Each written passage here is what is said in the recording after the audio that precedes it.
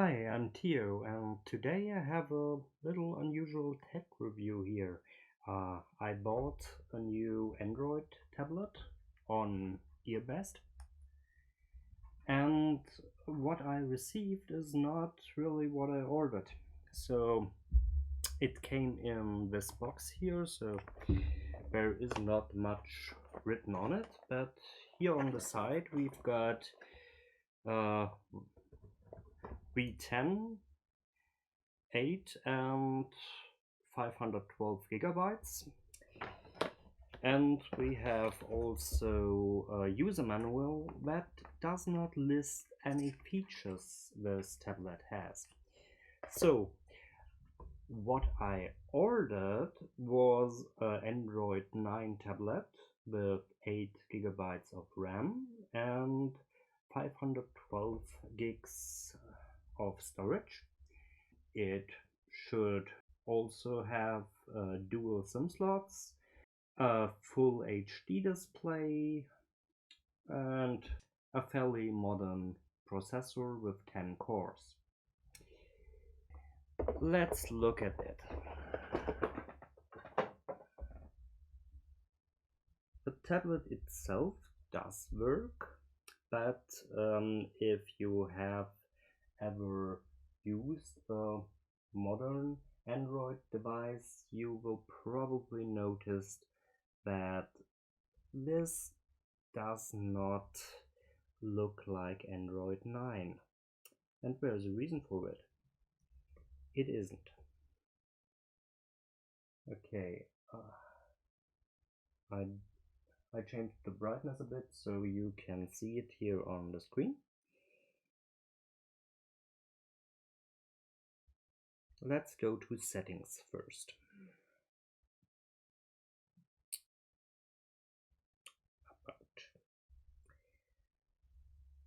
So it tells me the model number, tab 910, that's what I ordered. It says Android version 9, also what I ordered. And you notice there isn't that much information here, and normally there should be a little bit more. The next thing what I did was I installed some programs that can tell me a bit more. Here we have AIDA 64, and if I use that program, it tells me some strange things here.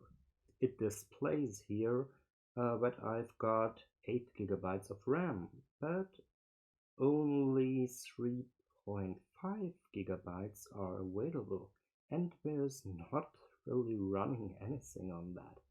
So where did all the RAM go? And if I go to the CPU tab, I see 10 cores, but they are not all working, and even if I start an application that does utilize this cores, some of these they stay sleeping forever. So it does not really have to. And if I go to the display, it's supposed to have a full HD display, and it got 800 by 1280. That's not full HD. And also the GPU here, that's a fairly old model. That's not something I would find in a current processor. And it's not available at a 10-core processor at all. So something seems to be wrong. Well, this tablet was super cheap, so I did not expect it to be really that amazing. So I did expect some drawbacks, some problems, and what I did not expect is to get something that is completely fake. You may notice that the battery indicator here is at 10%. This tablet was fully charged about 4 hours ago. I just powered it off. The battery is more or less dead. So let's look what AIDA says this tablet is. It tells me that it has an SDK AP of 19. 19 is Android 4.4 KitKat. It's not Android 9. The reason why the tablet does show Android 9 when I open the settings is that this has been manipulated. All the strings that should say Android 4.4 say Android 9, but of course they cannot change their API level, because if they do that, no installer would work on it. So yeah, let's look on what I found out with some outside tools. I did enable the USB debugging device and used ADB to look direct on the device. Internally, it does correctly report the screen size. That is, it also shows the internal memory at 8 gigabytes, but the available space at 1 gigabyte. So I guess there's really just a 2 gigabytes inside, because Android itself does not use that much memory. Okay, the next big thing that I looked into is the reported SD size. It's not 512 gigabytes. I used a big file, copied it on the device, and after about 10 gigs were copied, the device spontaneously rebooted, and after the reboot it reported that the disk is now full. So 10 gigs take up 471 gigs. That's not normal. So I deleted the file again and I got my 471 gigs back. What that means is simple. The internal memory displays just the wrong size, and you cannot trust it. You basically have no idea when the problem will occur that the memory is full, and if it is, it will just reboot, and the last file that's written is then corrupt, and all you can do is delete files. So it's not really usable for file storage, and also applications that use more RAM will not work because there is not enough free RAM on this device. Here you can see the internal configuration of the device. It does say it runs Android 9, but the API level is 19. So it's Android 4.4. Oh well. Of course, I did contact Gearbest and told them, hey, I have this problem with this device that I bought from you, and they wrote back that the manufacturer has its own QA team and we did test every tablet that we send out, and the specifications are correct and everything works. We see absolutely no problem. I wrote back and telling them This type of manipulation, that's what a German court would call criminal intent. So make it seem like a product has a specific feature that's not really there and selling it with this feature. They wrote back what we don't understand. Yeah. I guess it's time to stop buying stuff at Gearbest. I mean, if I can't trust the descriptions on their site and I cannot trust their support, I really don't want to buy anything there.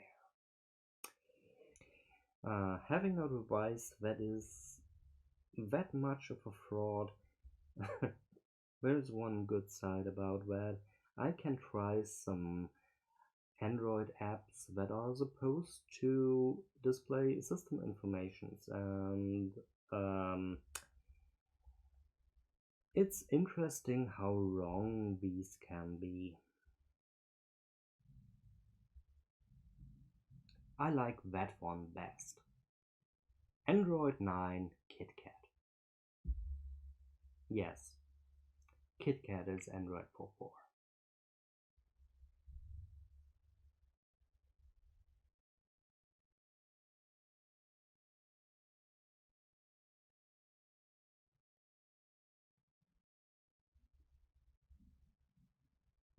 I did not really buy this tablet because I needed one at the moment. It was just super cheap. So all in all, it cost 70 euros, including USB cable and charger. But if I had known that it is a complete fraud and does not have any of the advertised features, I wouldn't have bought it. Android 4.4 has some limitations that I cannot really work around.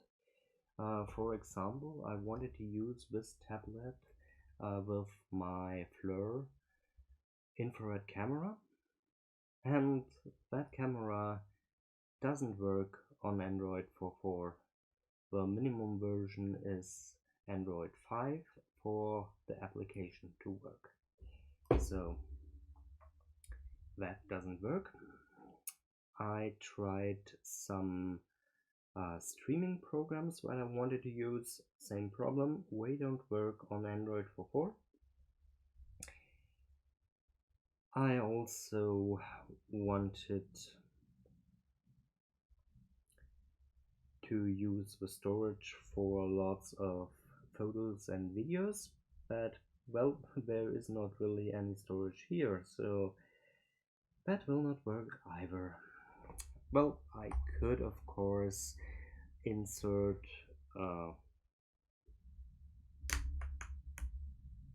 SD card. Well, there is a SD card slot here, and there's also the dual SIM slots. Interestingly, those only report GPRS and not LTE speeds, so I guess that feature also does not exist on this. So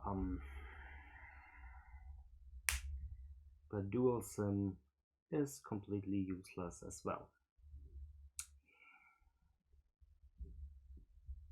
Well, wireless LAN works, and I totally regret that I used my Google account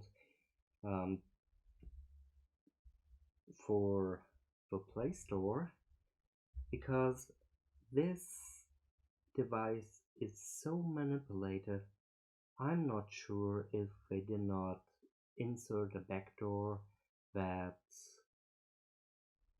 copies user credentials somewhere.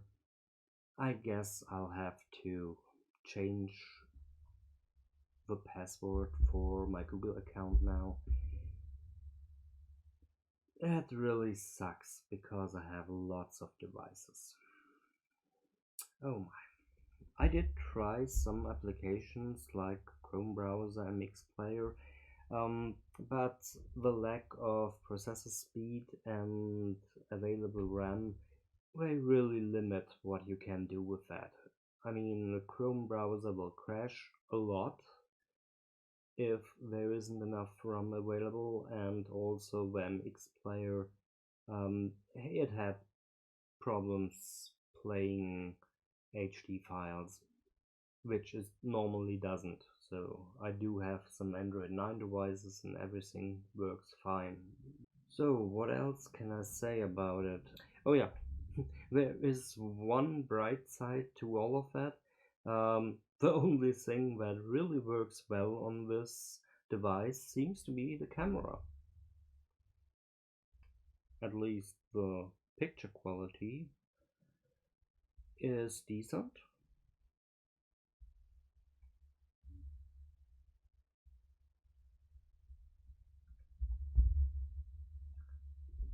And the video camera is okay as well. Quality is not that bad. I mean, I had some Android 7 and Android 8 devices that had really worse cameras than that. And also, the camera seems to be the only thing that they didn't lie about. At least the files show the correct resolution, and there seems to be not much wrong with that. But that's it. Everything else on this device is really a load of crap. If you look closer here to the display, that's not a screen protector or anything. That is the display, and it's not flush. It does have some bumps on the sides, and that really looks like the display has been removed and not probably put together. But well, it's a cheap device. The inbuilt speakers are not what I would call high quality. They sound horrible. If you think about getting a tablet from Gearbest, I have one word for you: don't.